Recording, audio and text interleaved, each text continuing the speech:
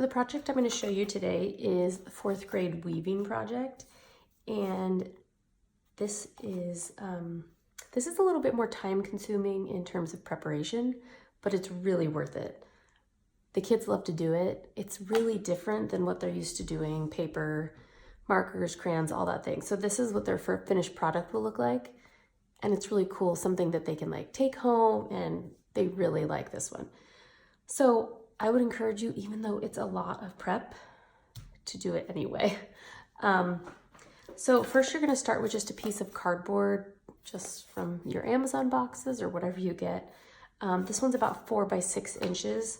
It doesn't have to be precise. So the first thing that I do is I just mark the edges. I'm marking about, like I said, it doesn't have to be super precise. I'm marking about 1/2 inch on either side. And then I mark about every 1/4 inch.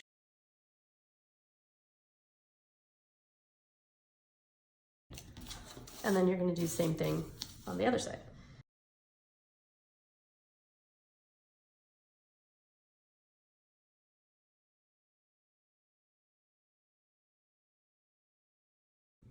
And the other thing I like to do is, I don't know, but like I said, not precise, about 1.5 inches-ish from the edge, mark a line. So this is where they're going to weave to. So they're not going to weave all the way to the ends. Like I said, it doesn't have to be precise. So I don't know if you can see those lines. And then everywhere that you made one of those little marks every 1/4 inch, you're just going to do a little slit, like maybe 1/4 inch deep in the cardboard. So these are where you're gonna put your string in. So I like to use cotton string for this. This is the warp. This is what you call the warp. You're making the warp.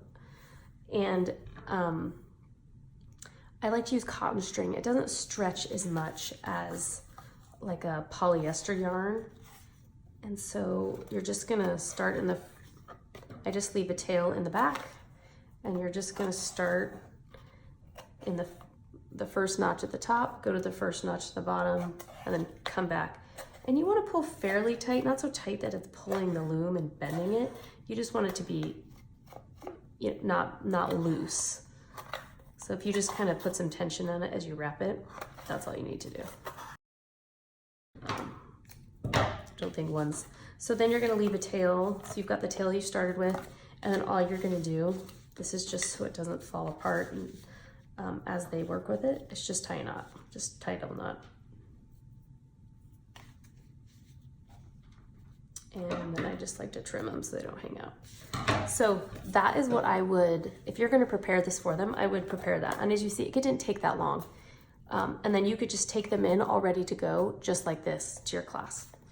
And it makes it a lot easier. So when you get to class, you can hand out the loom with the warp already on it, and then they are going to do the weft. So the weft is the string that goes back and forth over and under, perpendicular to the warp. So, and these are the vocabulary that you're gonna have talked about in your lesson. So what you're gonna need is a needle. This is like just one of those big, thick, I think it might be called the tapestry needle. It's not very pointy, it's blunt on the end. A lot of times they're plastic, just like, a lot of times they're like light blue or light pink plastic. This one happens to be metal. It doesn't matter, but a big hefty needle like this. And then what I like to do is I like to pre-cut yarn into length. So about 2 arm lengths. Like I said, it doesn't have to be precise. I like to pre-cut these and just have them laid out, and they can come grab one. If you have to have them cutting the yarn, it can get really time consuming and you end up with knots and it's a big mess. So I just have some yarn pre-cut here. I like to use this yarn that's multicolored because it makes their finished product look really cool without having to change the yarn color. Another thing, this yarn has some texture to it that also gives it a cool look. So whatever you want, but if all you have in your art supply closet is just plain colored yarn, that's fine too. So you have your string, you have your needle, and the great thing about these big needles is the eye is really big, so they don't struggle threading the needle. So thread the needle and then get started. And the only other thing you need is a plastic fork. So all you're gonna do is over, under, all the way across the loom. And keep going. And then you're gonna pull the yarn all the way, and it's fairly long because it's a couple arm lengths, until you've got like a 4 or 6 inch tail. And you're just gonna leave that hanging out. And that line you drew on either end, about 1.5 inches in, you're gonna line that first one up with that. So then if they finished going under, now they're gonna go over that string and go back. So over, under, and you just wanna make sure that if you went over the string the first time, now you're going under it. So just go back and forth. And then pull it. So this is the only, and it's not tricky part, but the part that can really make a difference is when they're pulling it. They don't want to pull it too tight. If they pull it too tight, see how the strings all pull in, and then you end up with this like really skinny finished product. So if they pull too tight, they can correct it right away by just pulling that string back out. So I'd like to pull it till it just touches that edge. So like once you see it touching, and then you're gonna use the fork and push it down so it lines up with that bottom one. And then just keep going. So now I came out under, so now I'm gonna go over that one and go back and forth. So every time they do a line, they just, it's called beating it down with the fork.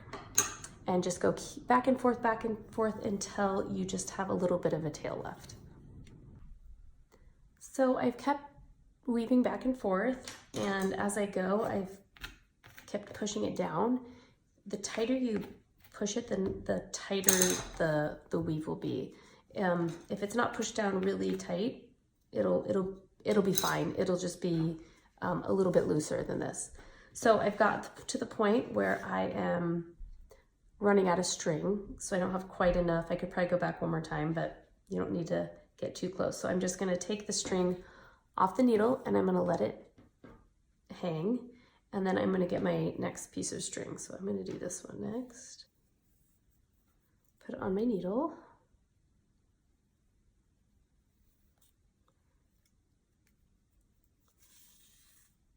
And then I'm just gonna pretend like I'm taking this same string back. So if I came to the right, I'm gonna start back to the left again. So I'm just gonna go over, under, like we've been already doing.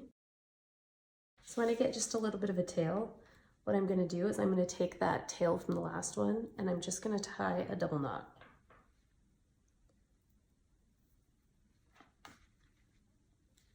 And I'm just gonna pull it tight. And so this will kind of hang out to the side, these tails. You can trim them a little bit right now if you want, just so they're out of the way. So those are just out of the way, and now they're tied on. And then you're just going to continue weaving with the new string. Just whenever you get to this line that you drew about 1.5 inches in, and that's when you'll be ready to stop. Okay, so now I have finished weaving. I've gotten to the other line on the other side.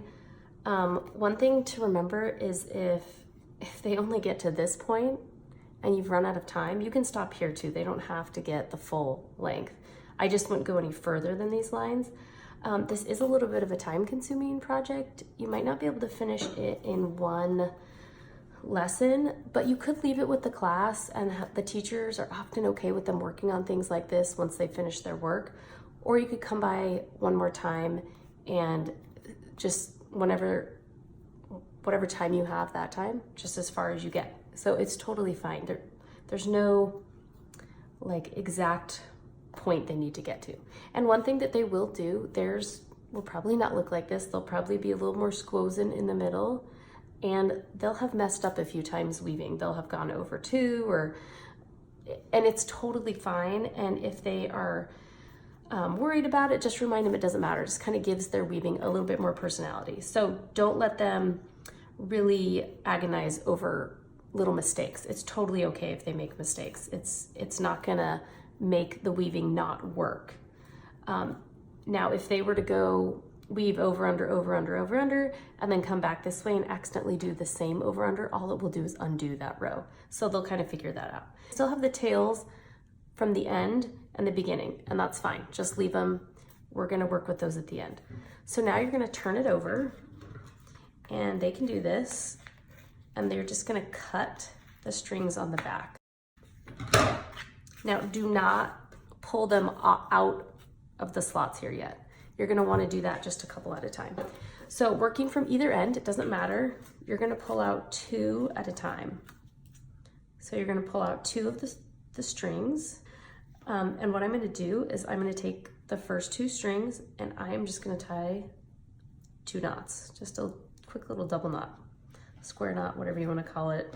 And then you're just gonna keep doing that. So you're gonna grab 2 at a time, pull them out of the slots, and tie it twice. If they tie it 3 times, 4 times, it doesn't matter. They just need to make sure to tie it at least twice. And so you're just gonna continue doing this on both sides.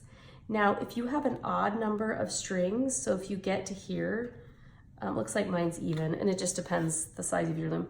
If you get to here and you have 3 strings left, what you can do is you can just take 2 and 1 and tie them in a knot. So keep 2 of them together and 1 and tie them in a knot. Or you can go ahead and tie 2 of them together and then pull that 3rd one out and tie it to this one. There's really no way to mess it up. As long as everything has been tied off in some way, it's gonna stay together. Okay, so I have taken 2 strings off the loom at a time and tied them in a knot. So here's where I am now. So all I have left to do is, if you remember, we had those 2 strings at the beginning and the end that hadn't been tied off. All I'm gonna do, here's one of them, I'm just gonna tie it to one of the end strings in a double knot. This isn't the prettiest way to do it, but it's the easiest way. And then the same thing on this side. So I have this one where I started and it hasn't been tied down in any way, and I'm just gonna tie it in a double knot to one of those end kind of fringe strings. And there you go. So now it is totally tied off. Nothing's gonna come undone. They can leave these long if they want, or I kind of like to trim them, kind of more of a rug look. And there's your finished weaving. So it's really cool. They really like to do it. I know it's a lot of work and it's time consuming, but I would really encourage you to do this type of project with the kids. A lot of the kids have no exposure to any type of fiber arts. They've never been exposed to anything but just regular art where it paints, paper, crayons. So it's really fun to introduce them to something new because they've had no exposure to it, quite a few of them. So again, this is the 4th grade weaving. This is one of the options that you can do. It is a little bit more time consuming of an option, but it turns out with a really cool finished product that the kids love to have. I will tell you, the loom, as you can see, I'm done with the loom and it's still in great condition. So they can be reused. So you may even want to talk to some of the other docents from the same grade, some for the other 4th grade teachers, and work together, get the looms made, and then make sure you're not using them in the same couple of weeks until they're finished. So they can be used again, so don't throw them away. There might be some that aren't in quite as good a condition, but save them because they will work again.